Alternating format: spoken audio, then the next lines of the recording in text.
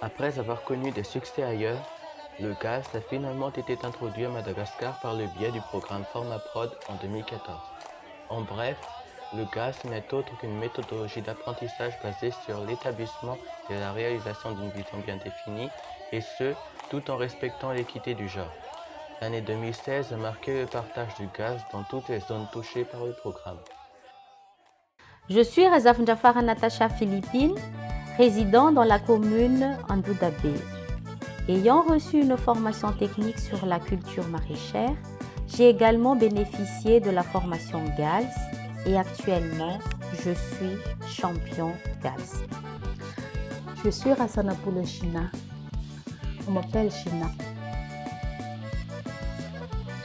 J'ai reçu une formation technique sur la culture maraîchère. J'ai également reçu une formation en GALS. Je suis Vil Ignace Norbert. J'ai reçu une formation GALS et je suis également champion. Alors, comment ces jeunes ont-ils appliqué le gaz dans leur vie et leur parcours professionnel? Avant, j'étais une personne irrationnelle et irresponsable.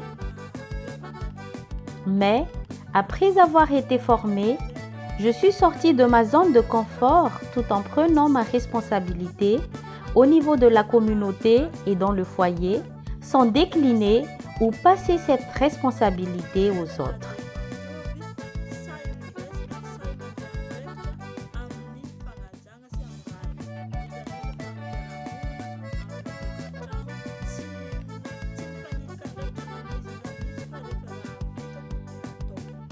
Je ne fais plus de dépenses inutiles.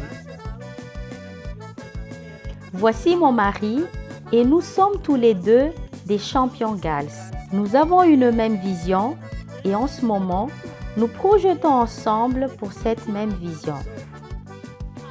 Ma vision sur 5 ans est d'avoir mon propre terrain. Avant, je me suis associée avec des collègues sur l'exploitation, mais les bénéfices sont partagés. Et j'ai trouvé que cela présente un obstacle sur l'atteinte de mon objectif.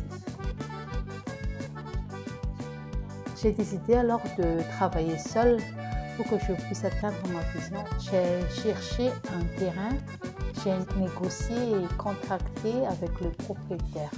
Je commence déjà à exploiter ce nouveau terrain que je viens d'acquérir. Le GALS a changé mon point de vue. Je ne perds plus mon temps inutilement. Mon seul souci actuellement reste l'argent qui me permettra de payer ce terrain car l'acquisition des matériels n'est pas encore nécessaire. Avant d'avoir reçu le GALS, je ne savais pas que dans la vie, il y a des objectifs à fixer et des visions à atteindre. J'étais tout le temps dans l'ivresse à chaque fois que j'épargne de l'argent. Depuis que j'ai reçu le GALS, je peux témoigner que je ne suis plus dans cette mauvaise pente et j'ai complètement arrêté l'alcool. Le GALS a beaucoup changé ma vie.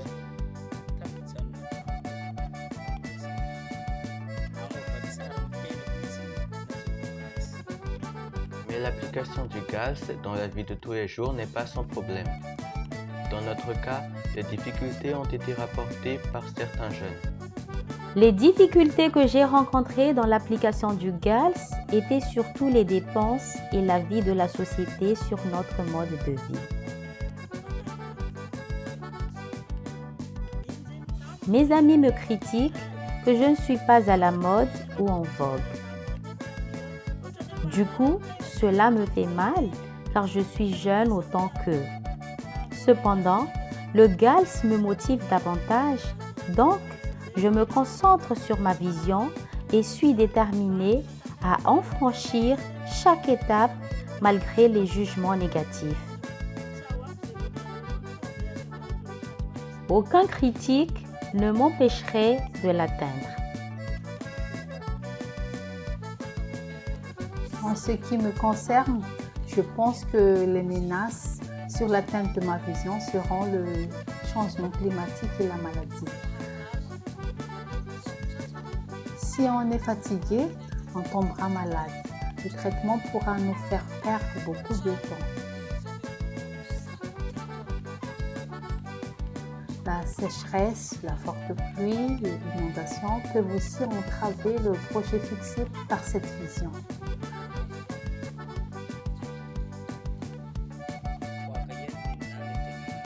Pour moi, ce n'était que ma dépendance à l'alcool qui me posait une difficulté.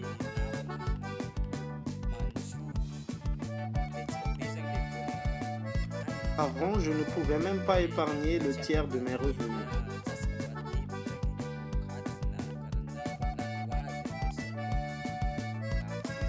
Après que j'ai reçu le GALS, je suis conscient que je suis une nouvelle personne. J'ai complètement changé. Dans la zone d'intervention du programme, le GALS a déjà fait sa preuve et il s'avère nécessaire de le diffuser à autant de jeunes que possible. Le programme a déjà assumé son rôle, mais qu'en est-il des jeunes participants? La vision que je porte sur la communauté, c'est de pouvoir partager l'expérience que j'ai reçue afin que les jeunes comme moi puissent aussi avoir leur propre vision et projet.